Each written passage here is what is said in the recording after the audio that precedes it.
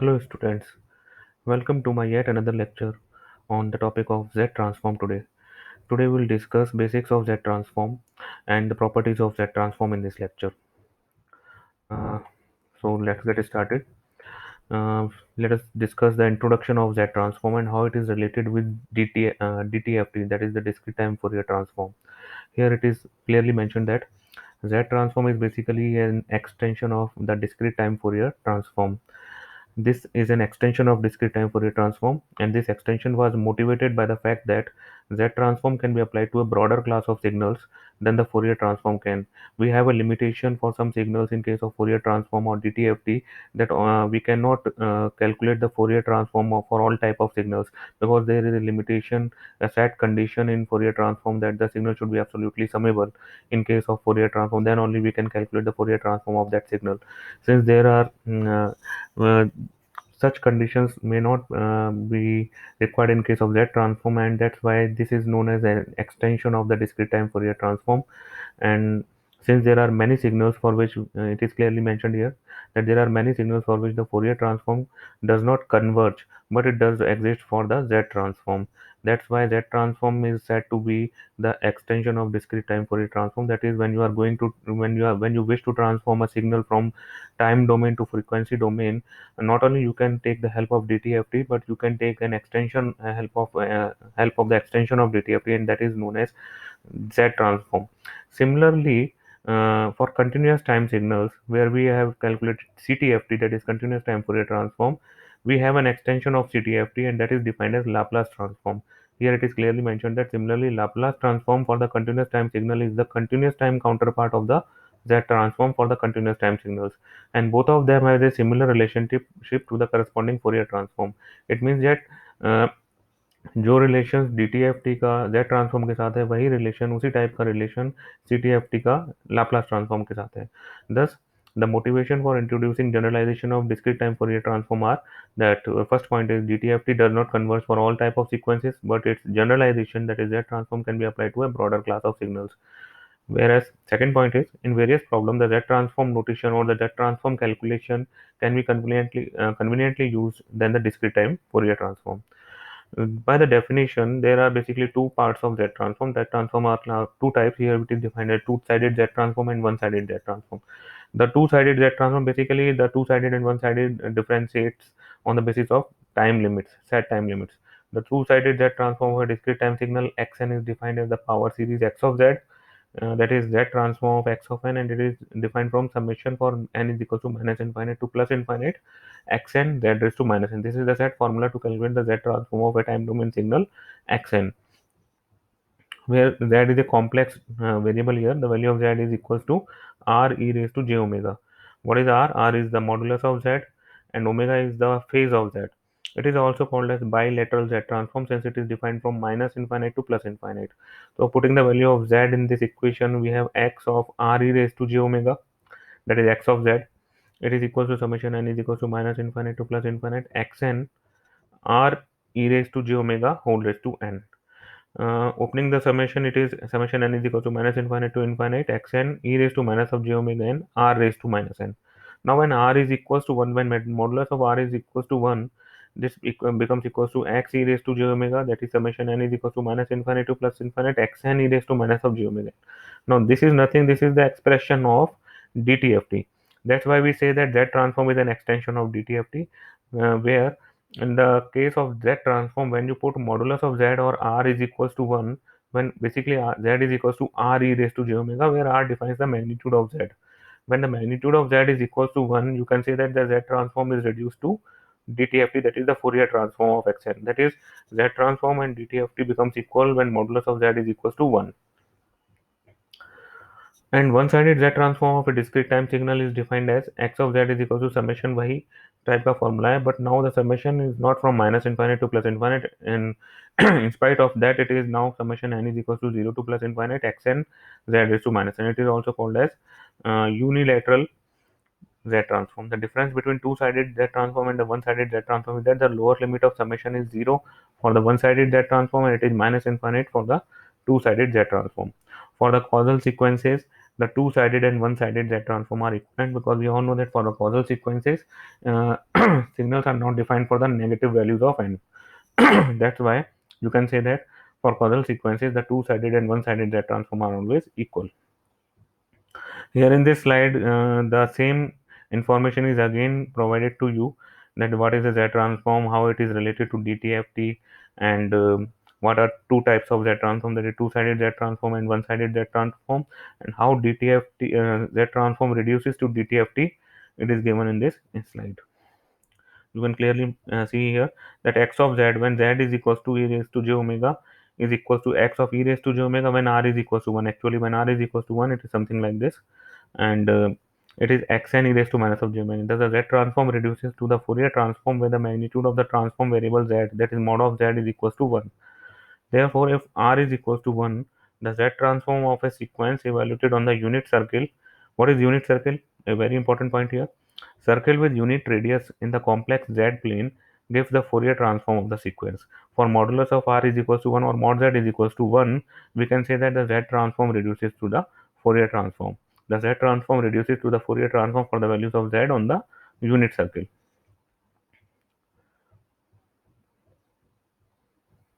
Now let us discuss a very important point related to Z transform, that is ROC. It is always asked in the numericals to calculate the Z transform of a particular given signal and define the ROC. Now so let us discuss what is ROC. ROC is basically region of convergence for the Z transform. Definition is the region of convergence of x of z is the set of all values of z.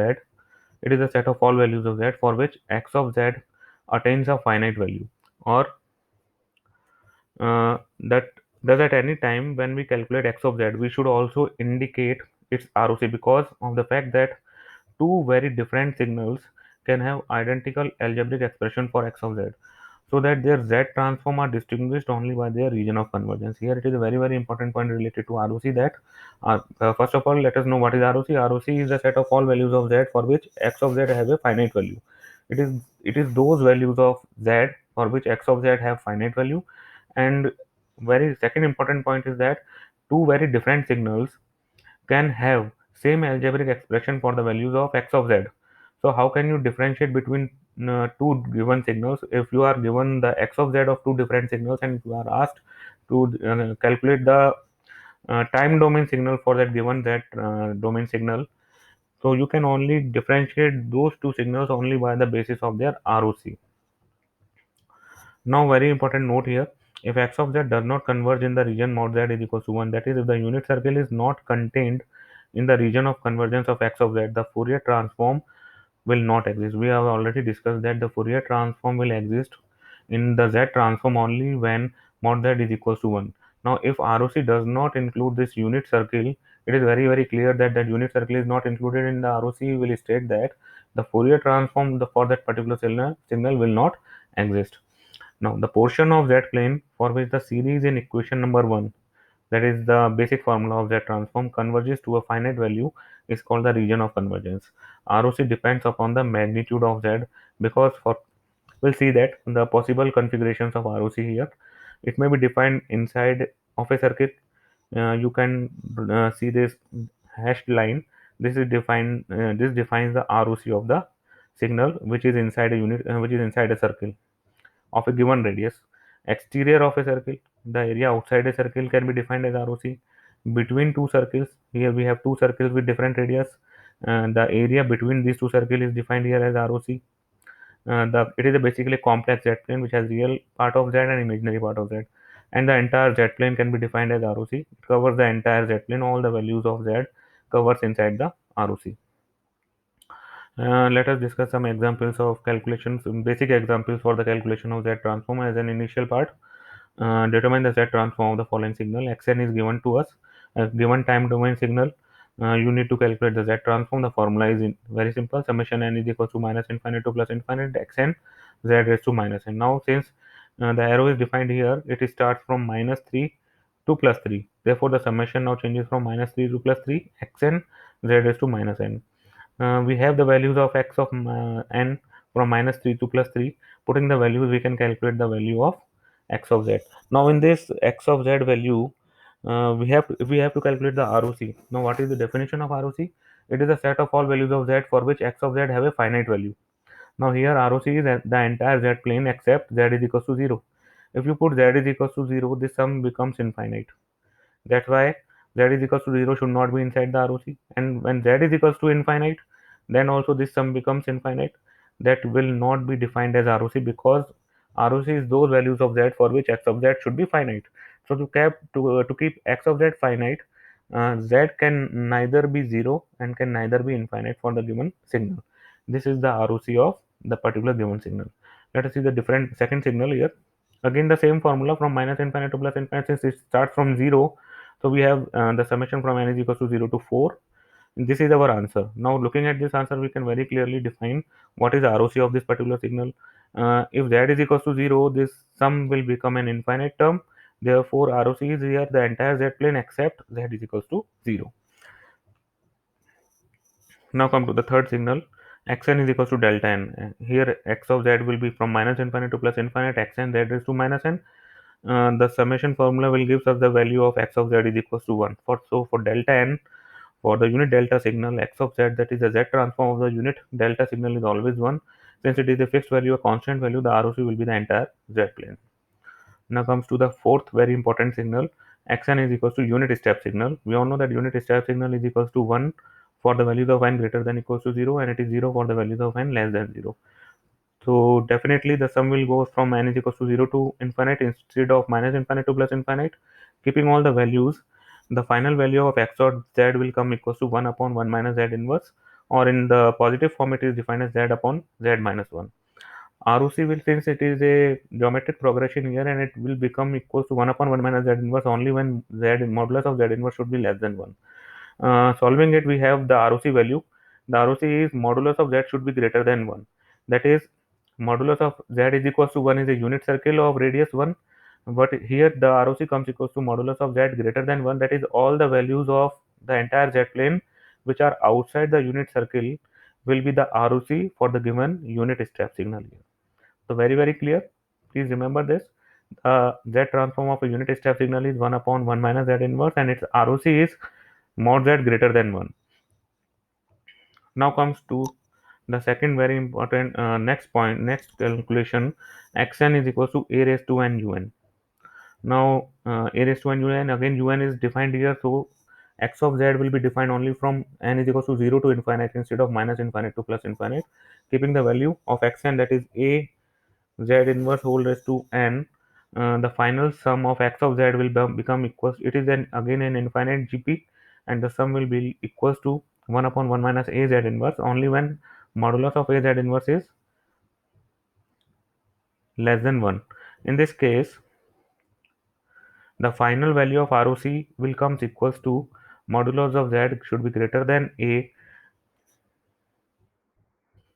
where a is a scalar quantity. So when xn is equals to a raised to n un, the x of z will be 1 upon 1 minus a z inverse, and its ROC will be modulus of z should be greater than a. In the previous case, when x of n was equals to simple un, x of z was 1 upon 1 minus a z inverse, and the ROC was mod z should be greater than 1. So here ROC is modulus of z should be greater than a. So it is outside the area of a circle whose radius is modulus a will be the ROC for the given signal xn is equals to a raised to n un. Now comes to another signal xn is equals to minus of u minus n minus 1. It is a negative step signal, negative unit step signal, and it is defined as it is 0 for the values of n greater than equals to 0 and 1 for the values of n less than 0. Actually, it is the uh, image portion of unit step signal. And since it is defined only for the negative values of n, the summation will be now in this case from minus infinite to minus 1. Instead of 0 to infinity, it is now defined from minus infinite to minus 1 for the values of u of minus n minus 1. It will be equals to 1 for the values of n which are less than 0. Keeping the values, the final value of x of z in this case is again equals to z upon z minus 1, that is 1 upon 1 minus z inverse. Z upon z minus 1 is basically 1 upon 1 minus z inverse, which is the same expression we have already seen in this case. It is also z upon z minus 1, which was xn is equals to un. The x of z value was in this case also z upon z minus 1, but the ROC was z greater than 1.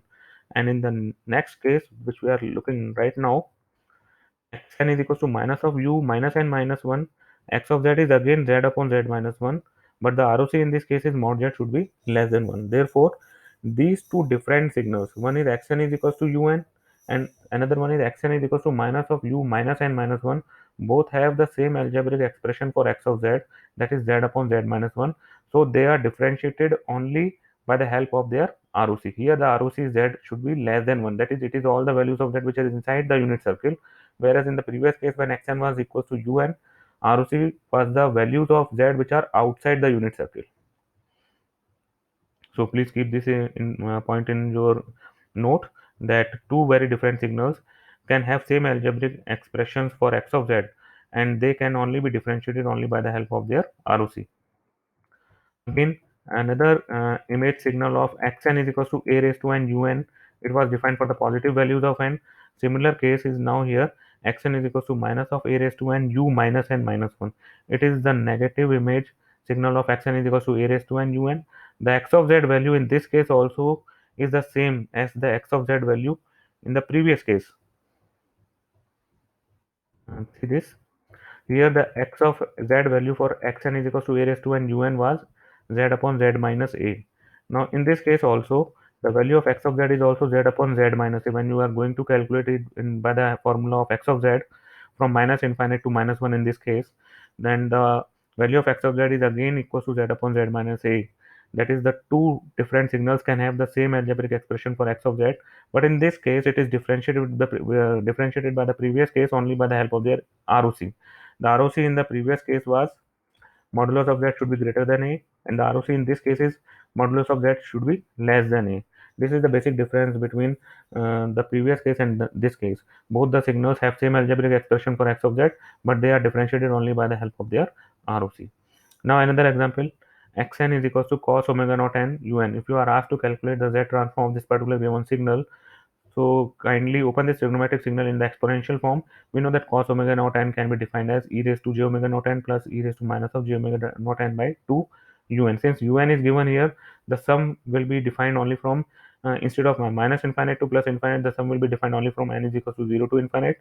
Since we have two exponential terms here, one is e raised to j omega naught n and another one is e raised to minus of j omega naught n. Keep these two values and finally you will have the value of x of z by the calculation of this expression. The value of modulus of z, that is ROC for this case, is again mod z is greater than 1. Please put a note into your mind that the calculation of x of z will be done only by the general formula. You have to check what limits are to be used in which case. Now we have an excellent example here before us. We have been given a signal xn is equals to a raised to n un plus b raised to n u of minus n minus 1. So we have two signals here. One is defined for the positive values of n, another one is defined for the negative values of n. The question is, calculate x of z for this given signal, or calculate the ROC for this given signal. ROC is defined as is for this particular case. We have already discussed this case. For this particular case, ROC was defined as mod z should be greater than a, and we have also discussed this type of case for the negative values of n. The ROC was modulus of z should be less than v. Now we have the addition of these two signals, and the question is what will be the collective ROC for this particular given signal. We have two conditions here. We have basically three conditions here. First condition is if modulus of b is less than a, if the value of b is less than value of a, what will be the ROC? So we have two circles here, one with radius a, another one with radius b. Since modulus of a is greater than b, the circle with radius a is greater than the circle with radius b. We draw two types of circles. The ROC for the first this one case is mod z is greater than a.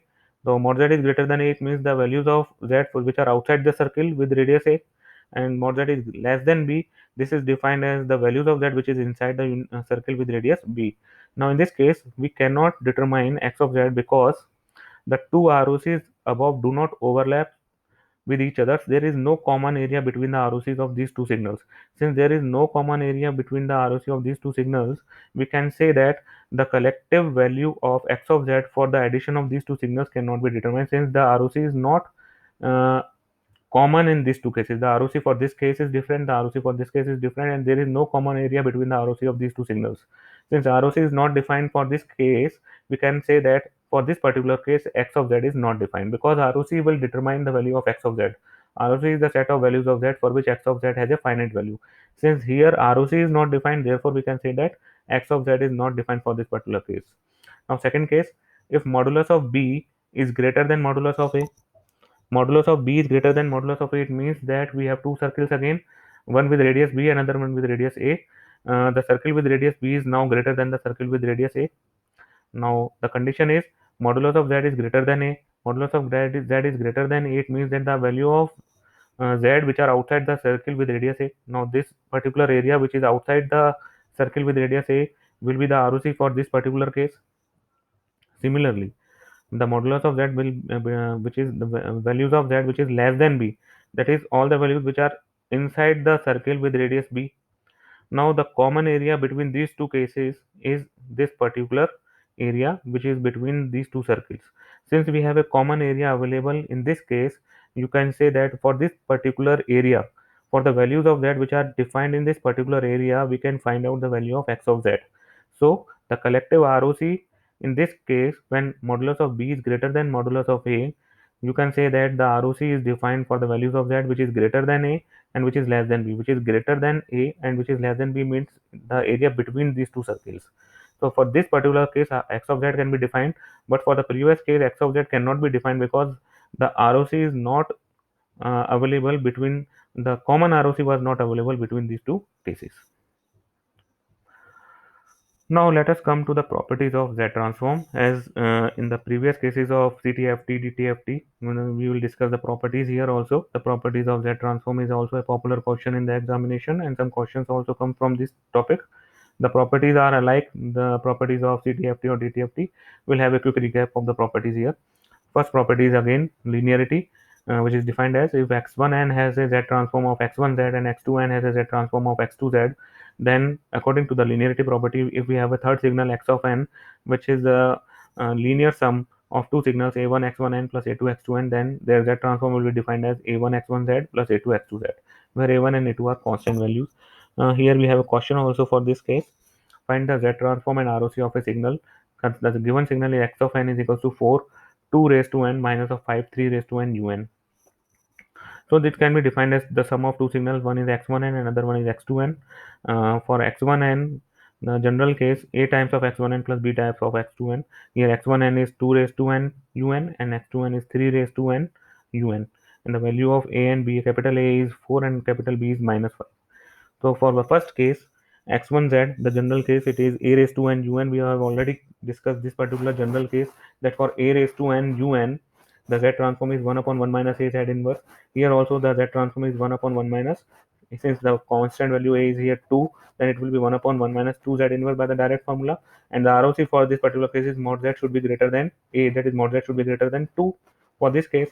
Similarly for x2z, for this one, the x of z will be, x2z will be 1 upon 1 minus again a z inverse. A in this case is 3, then it will be 1 upon 1 minus 3 z inverse, and the ROC is mod z is greater than 3. For these two cases, we have final value of x of z is 4 upon 1 minus 2 z inverse. This one is this 4 is constant value, minus of 5 upon 1 minus 3 z inverse. The ROC value for this particular case is mod z is greater than 2, and the ROC value for this particular case is mod z is greater than 3. Now common area between these two values is, uh, I think the common area is very clear to us, the area which is greater than modulus of 3. So the equivalent ROC for this particular case is modulus of z which is greater than 3. That is, the z values of z which are available outside the circle with the radius 3 is the common ROC for the two particular signals x1n and x2n given in this case. So this will be the common area. So please be keep this point in mind when you have been given the sum of two signals or more than two signals and you are asked to calculate the ROC. So calculate the ROC of the individual signals and then calculate which one is the common area between these two, three signals or three signals or any number of signals. The common area will be defined as the ROC for the complete signal. Since if in a case you are not able to calculate the common area, you can directly say that the since ROC is not available for any common area, The since ROC is not available, x of z for that particular signal cannot be defined. But in this case, ROC for the common area is defined here. It is the values of z which are greater than 3. Therefore, you can say that for the values of z which are greater than 3, x of z will be defined, and it is defined like this. Now, second property is time shifting property. Time shifting property is very easy. We have already discussed this property in CTFT and DTFT. Here it is also again defined that if x of n has a z transform of x of z, then what will be the z transform of x n minus k? It will be obviously z raised to minus of k x of z. And similarly, if the signal is advanced by k units of time, that is if it is x n plus k, then z transform will be defined as z raised to k x of z. It is very easy. You go through these notes. I will made you available these notes, and you can see these questions, how to calculate time shifting property. Using the time shifting property, how can you calculate the x of z or z transform and ROC for a given signal? Scaling in Z domain. Just remember these properties. Some properties can be asked in it as a theory part of the question. Sometimes a theory question may arise before you that define the properties of Z transform. So such some properties are here given from the point of theory question. It is a part of theory question. Now see, if x of n has a Z transform of x of z whose ROC is defined as mod z is greater than R1 and less than R2, then what will be the Z transform of a raised to n xn? It will be defined as x z by a. ROC is again defined as mod z should be greater than a times of R1 and it is less than a times of R2. Similarly, if you are asked to calculate a raised to minus of n xn, the z transform of a raised to minus of n xn, it will be x a z, and the ROC is defined as mod z should be greater than R1 by a and mod z is less than R2 by a. Here it is divided and here it is multiplied. Time reversal properties. Time reversal of a discrete time sequence means taking the mirror image of the signal or folding the signal. See, if xn has a z transform of x of z whose ROC is defined as mod z is greater than R1 and less than R2, then the z transform of, according to this property, the z transform of x of minus n will be x of 1 by z or x z inverse. Replace z by z inverse. And the ROC in this case will be defined as 1 upon z, that is z inverse, will be greater than 1 by R1 and less than 1 by R2. Next property is differentiation in Z domain, means differentiation of the Z transform of a discrete time sequence. Now, if we have a signal xn whose Z transform is defined as x of z, then the Z transform of n of xn, n times of xn will be minus of z dxz by dz. ROC will be the same for both the transformations. Remember this property. This property is generally asked as a form of numerical. The property is very simple. If xn has a z transform given as x of z, then n times of xn has a z transform of minus of z dxz by dz. Here we have I told that, as I told you, some numericals may arise related to the properties. Here is a question given to us: find the sequence xn whose z transform is given. Here the z transform is already given to us. It is x of z is equals to log 1 plus a z inverse, and the ROC is given as mod z greater than a. You are asked to calculate the inverse z transform of this x of z. Uh, let us see the property. Dxz by dz will come only when you have n times of xn whose z transform is minus of z dxz by dz. Here in this question, we are given value of x of z. Let us calculate the differentiation of this x of z. That is dxz by dz is d by dz of this log 1 plus az inverse, and it equals to 1 upon 1 plus az inverse minus of az raised to minus 2. This is the value of dxz by dz.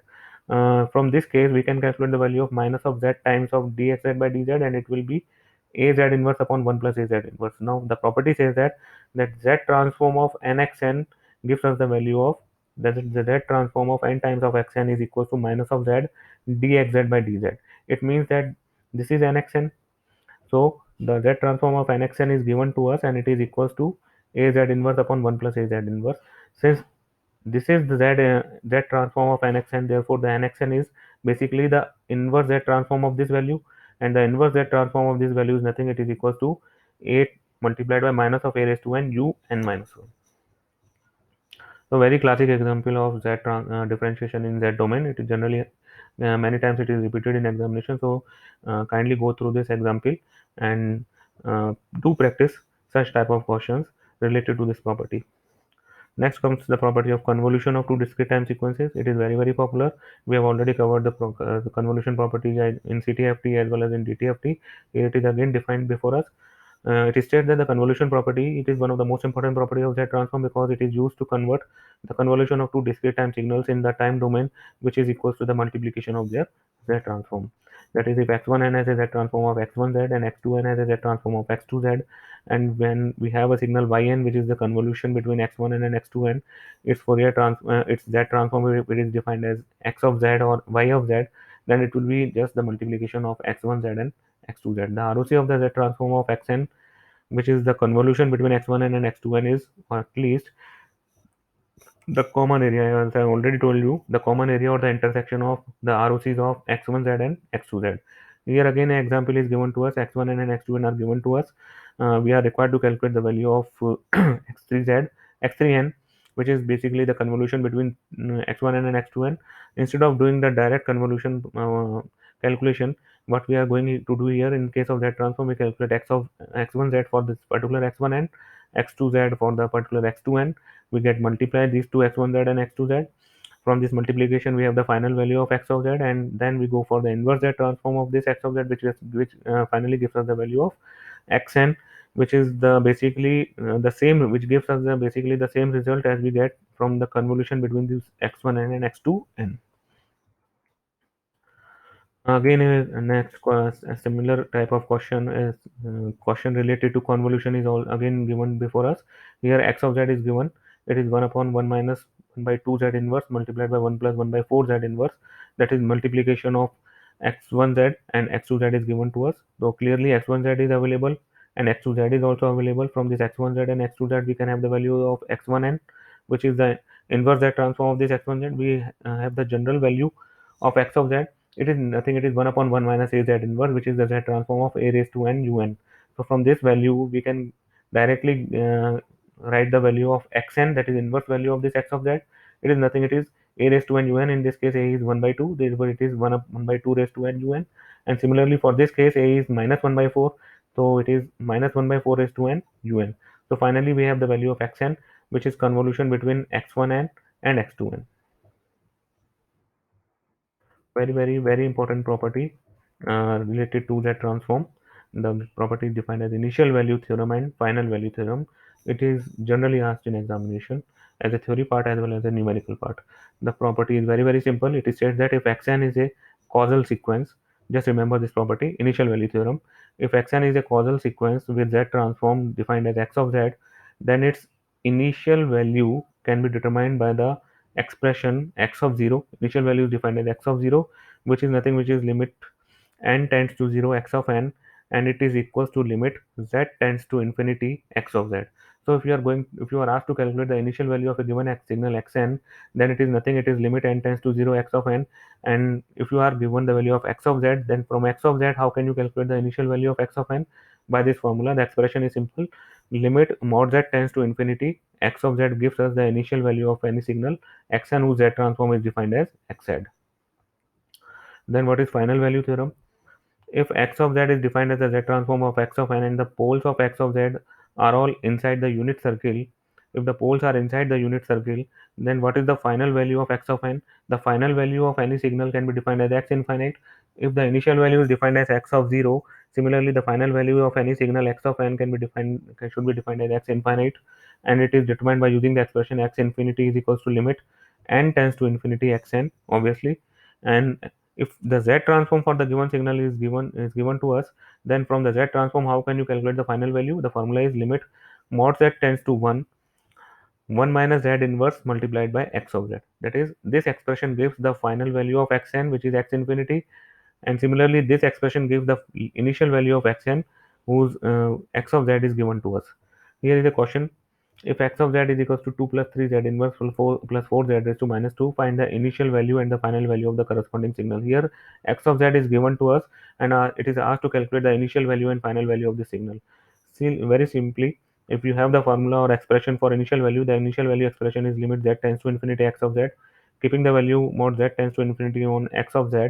Here keeping the values of z inverse and z raised to minus 2 as infinite, these values will be 0 and the initial value will be equals to 2. Similarly, the final value is defined as x infinity, which is nothing limit z tends to 1, 1 minus z inverse into x of z. Multiplying 1 minus z inverse with x of z, we have this expression, and keeping the limit z tends to 1, the final value will be equals to 2 plus 1 minus 4, which is equals to 0. So the final value for this question becomes equals to 0, and the initial value becomes equals to 2. Just remember these two expressions for the final value and for the calculation of initial value. This is very, very, very important point. This property generally is asked as a separate question.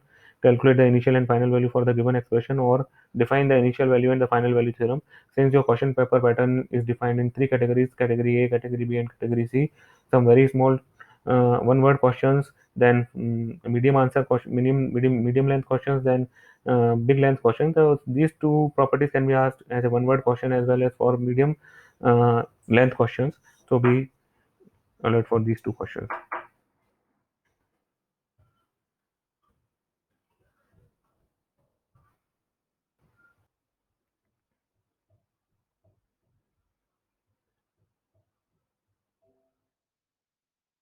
Now, recapping all the things that we have discussed till now, uh, let me again come to the point.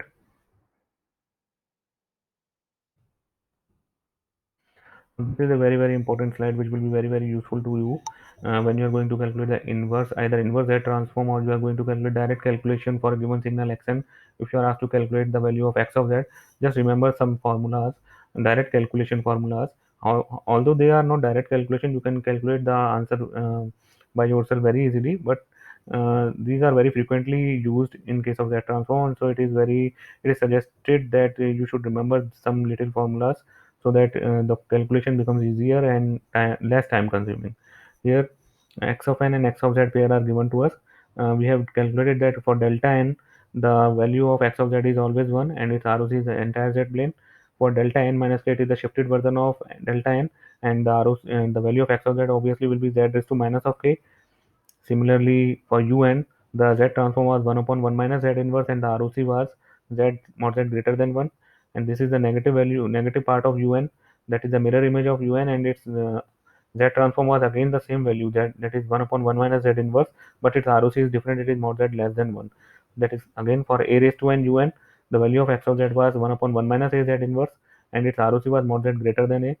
And the same case, the negative mirror image of a raised to n un is minus of a raised to n u minus n minus 1, that is defined for the negative values of n. X of z is again the same value, 1 upon 1 minus a z inverse, or z upon z minus a, but the ROC is different here, the ROC is mod z is less than a. uh, Again, a very important property, n a raised to n un, if you have a signal xn which is n a raised to n un, its x of z will be defined as a z inverse upon 1 minus a z inverse whole square, and the ROC is mod z greater than a. Cos omega naught n un, the Z transform is very easy to calculate. We have already calculated in the previous slides. The answer is, just remember this formula: 1 minus Z inverse cos omega naught divided by 1 minus 2 Z inverse cos omega naught plus Z raised to minus 2, and the ROC is mod Z greater than 1. Similarly, sin omega naught n, it is Z inverse sin omega naught 1 minus 2 Z inverse cos omega naught plus Z raised to minus 2, and the modular ROC is mod Z greater than 1. I suggest that instead of remembering these two formulas, just directly go for the calculation. The calculation is very, very easy. You can calculate the values, and the answer is again the same value. Now, before moving to the final slide, here I have a very important relation that has to be discussed with you. After completing the general information related to Z transform and the properties of that transform, how can you represent that transform? There is a simple representation given before us. The Z transform representation here is very popular representation given to us, that is known as a rational Z transform. What is a rational Z transform? Let us see. The Z transform xz of a signal or a system, which is expressed in the form of a ratio of two polynomials in Z inverse. The Z transform can be defined as a ratio of the two polynomials in Z inverse or I in the form of Z are called the rational Z transform. It is a very, very popular representation of Z transform. It is generally used to calculate the poles and zeros of a Z transform. How can you calculate the poles and zero position of a Z transform? To calculate the poles and zeros position, the x of z, that is the Z transform, should be defined in the form of rational Z transform. What is that? X of z is defined as the ratio of two polynomials either in Z inverse or in the form of Z. that is numerator part of z or denominator part of z.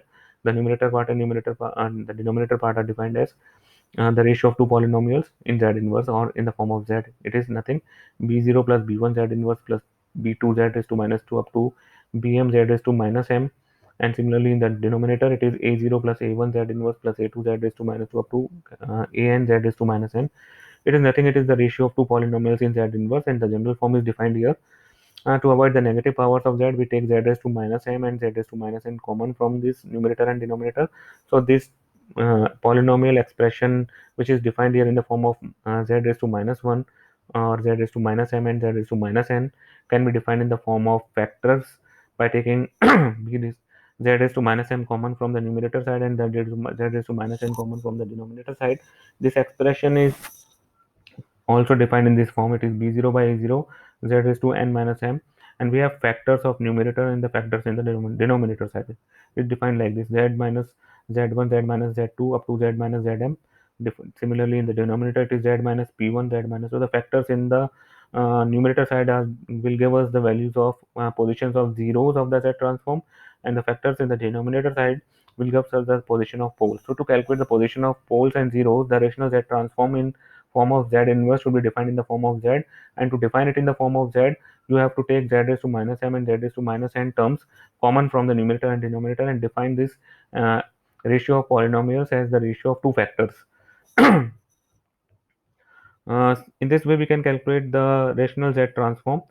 This expression is a general expression, so don't get confused by this general expression. It is not very important, but how it is used to calculate the position of poles and zeros, let us discuss this. The values of z for which x of z will give us zero value. The values of z for which x of z is equals to 0 are defined as zeros of x of z, and similarly the values of z for which x of z gives us the values of x of z becomes infinite are defined as poles of xz.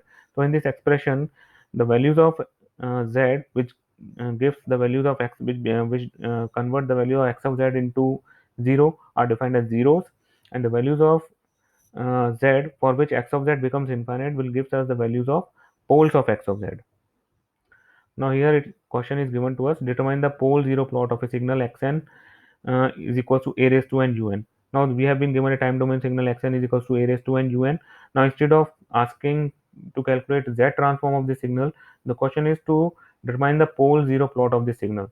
To calculate the pole zero plot, obviously we should define the z transform of the signal in the rational form. So we already know the z transform of a raised to n un is 1 upon 1 minus a z inverse. So instead of if you are going to calculate the pole zero plot, instead of defining the x of z in the form of z inverse, you should define it in the positive form of positive values of z. So the positive values of the expression will be defined as z upon z minus a. From this expression, what will be the position of zeros and what will be the position of poles? Now in this case, if z is equals to 0, this x of z will become 0. So the 0 position from the numerator side will gives us the value of 0 is equals to z equals to 0. And similarly, in the denominator side, we have a factor z minus a. Now in this case, if z is equals to a, then a minus a will become 0, and this whole expression of x of z will becomes infinite.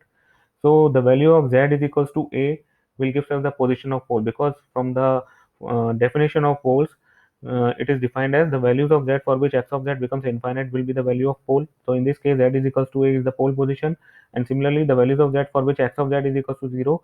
So in this case, z is equals to 0 will give us the value of x of z is equals to 0. Therefore, the 0 position in this case is z is equals to 0, and the pole position is z is equals to a. Similar case, determine the z transform and the signal that correspond to. Here the pole zero plot is already given to us, and it is asked to define the z transform of the signal. So obviously z transform is defined as x of z is equal to z minus z1 z minus z2 and the number of zeros given in the signal divided by z minus p1 z minus p2 and the number of poles given in the signal. A very important point related to linear time invariant systems. It is generally related with Z transform also. We have already covered the system function calculation in our previous classes. Now, how it is related to Z transform? You have already seen that in case of convolution theorem, if you have two signals, if you have a system whose input is defined as xn and whose impulse response is defined as hn, then if you are asked to calculate this, the output response of the system, that is yn will be the convolution between xn and hn. But if you are using Z transform, and the convolution property of Z transform says that the Z transform of output YZ will be the multiplication of X of Z and H of Z. That is, YZ will be, instead of convolution in time domain, it becomes multiplication in frequency domain. So YZ, which is the Z transform of output Yn, will be multiplication of X of Z and H of Z. X of Z is the Z transform of Xn, and H of Z is the Z transform of impulse response Hn. Now this Hn is nothing, it is defined as the system function of the particular LTI system. And how it is calculated? H of Z is nothing, it is obviously Yz divided by X of Z. So for a given signal, if you are asked to calculate the system function for the given input signal, and if the output is also given, the system function can be calculated very easily. It is H of Z, which is the ratio of Yz divided by X of Z. Now Hs is defined as the system function or the transfer function of the system, and it is equals to Yz divided by X of Z. Now in this question, linear constant coefficient difference equation is given to us, and the question is determine the system function and the unit impulse response of the system. Now for this case, if you are asked to calculate the system function, so apply Z transform on both the sides. Applying Z transform on both the sides, we have this for Yn, which is Yz. Yn minus 1 will have a Z transform, Z inverse of Yz, the time shifting property applied here. And for Xn, it is again X of Z. So Yz is equal to 1 by 2 Z inverse Yz plus 2 times of X of Z. And what is the system function? It is the ratio of Yz by X of Z. Therefore, it is equals to 2 upon 1 minus 1 by 2 Z inverse. So what is the Z transform of A raised to n un? Remember that property. Remember the direct calculation of A raised to n un. A raised to n un has a Z transform of 1 upon 1 minus A Z inverse. So keeping this 2 aside as a constant, it is basically 1 upon 1 minus 1 by 2 Z inverse. So the value of A is 1 by 2 here. Therefore, Hn, if this is H of Z, its inverse is defined as Hn, and it is nothing, it is 2 times of this. 2 is a constant here, 1 by 2 raised to n un. Basically, it is A raised to n un, whose Z transform is 1 upon 1 minus A Z inverse. Therefore, it is finally H of n is defined as 2 into 1 by 2 raised to n un. From this expression, you can also calculate the pole zero plot also, taking the positive values of Z.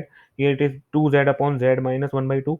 So the value of zero position is defined as Z is equals to 0, and Z minus 1 by 2 will give us the pole position, which is equals to 1 by 2.